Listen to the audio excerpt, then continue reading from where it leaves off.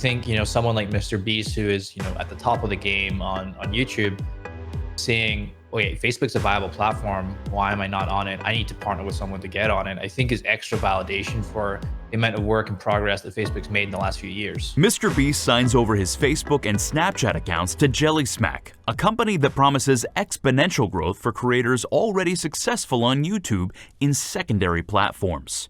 Mr. Beast already has 3 million Snapchat followers and 4 million Facebook followers, so it's likely that those numbers will rise closer to the 59 million subscriber number he has for YouTube. JellySmack got its controversial name from Gordon Ramsay's second favorite dish, right below an idiot sandwich. How do I decide if I should hire help and own everything versus signing over a substantial revenue share with a company? Should I reach out to JellySmack? This was something we were even split on the last time. I was kind of saying that, it kind of makes sense to have somebody else who already knows the space just come in and do it. Obviously depends on the percentage that you're actually giving them. That was, I think, where we were a bit more divided. I think it was something like 50% of the revenue. Yeah, you threw it like where it's like 20 to 50% flat. I was like, no, I can't allow that. As a friend, I can't allow you to sign that much away. And I doubt he's giving that much away. That's the thing, right? Especially in Mr. Beast's position. This guy's got so many millions and millions of followers on YouTube. He just created another channel that just got to 1 million subscribers. He's got, I think it's like 5 channels now over 1 million, a couple over 10 million. It's just like he had over 1 billion views on YouTube in a month. I think it was. It was such a crazy number. Like it didn't even seem real to me. Yep, it was 1 billion. Gee, it's so absurd, but. And Mr. Beast, coming in on it. Now, even with that, though, I think it's to show that, like, even with all these channels, obviously, he even has his own team that's involved with, obviously, he's got a very big team that he's built out over the years. Over 50 people working on his team. So just to give you a sense of the operation that, I mean, it's all well and good, saying these are really funny videos that are really viral. And he has such an awesome cause that he stands for, Mr. Beast, and his great content. But there's an entire village required to make that happen. Well, I was listening to him in a podcast or an interview, and that was one of the things that he always has, even for it was probably a few years ago now, but he was saying that like reinvesting in his content is some of the most important stuff that he's done.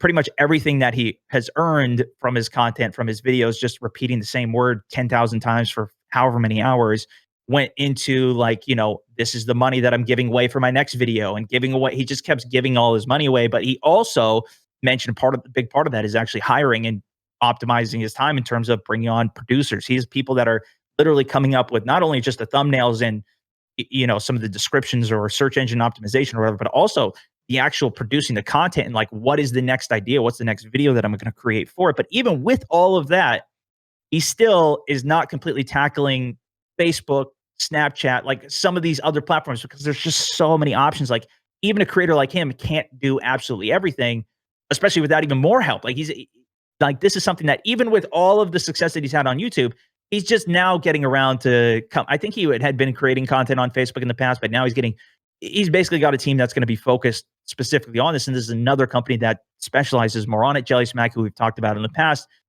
helping to optimize and create that content over for Facebook, over for Snapchat. To the point of that, like, I think it becomes very helpful. I think a lot of people, especially early on, like you can't do absolutely everything, especially you're already doing everything in terms of the content production, the upload, even if it's just for one platform or the stream or whatever it is. So it's going to be interesting to see, like, obviously this is on the very, very, very extremely high end with all of that, but there's a lot of creators that they're also working with that aren't necessarily Mr. Beast. So this can be a good case study to hopefully help at least give insight to those other creators as well, I think. Yeah, I think it also gives a lot of validation, right? I mean, me and you have been part of the Facebook ecosystem for the last, 3-4 years. So we know what's working and what's not working and how it's growing.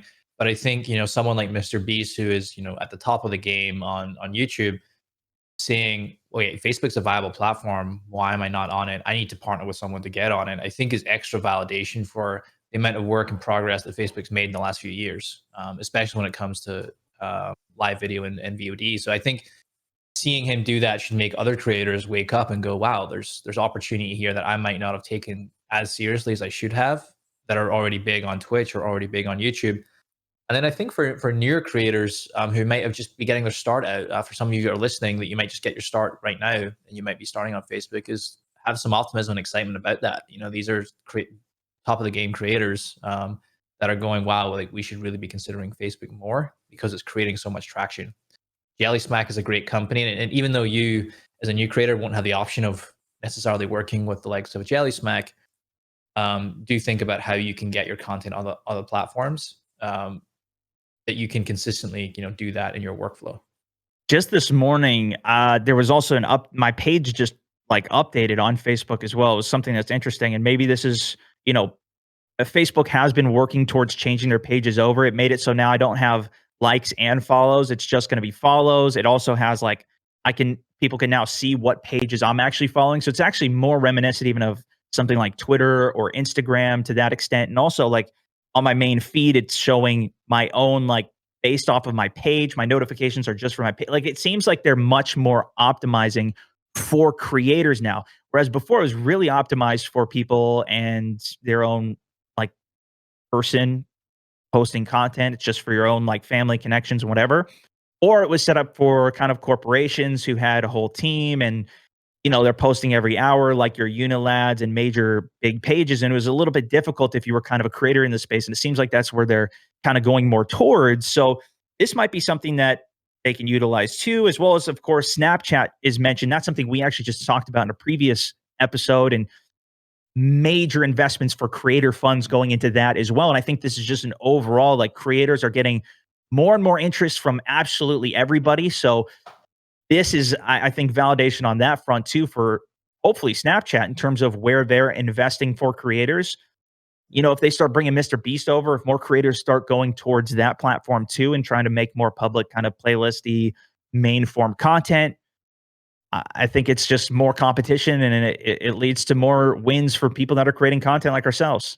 What an exciting time to be making content. Seriously, everyone, I know it's hard, but you should be so motivated by how much momentum our industry has around it, and excitement and investment. There's a lot coming into the space right now.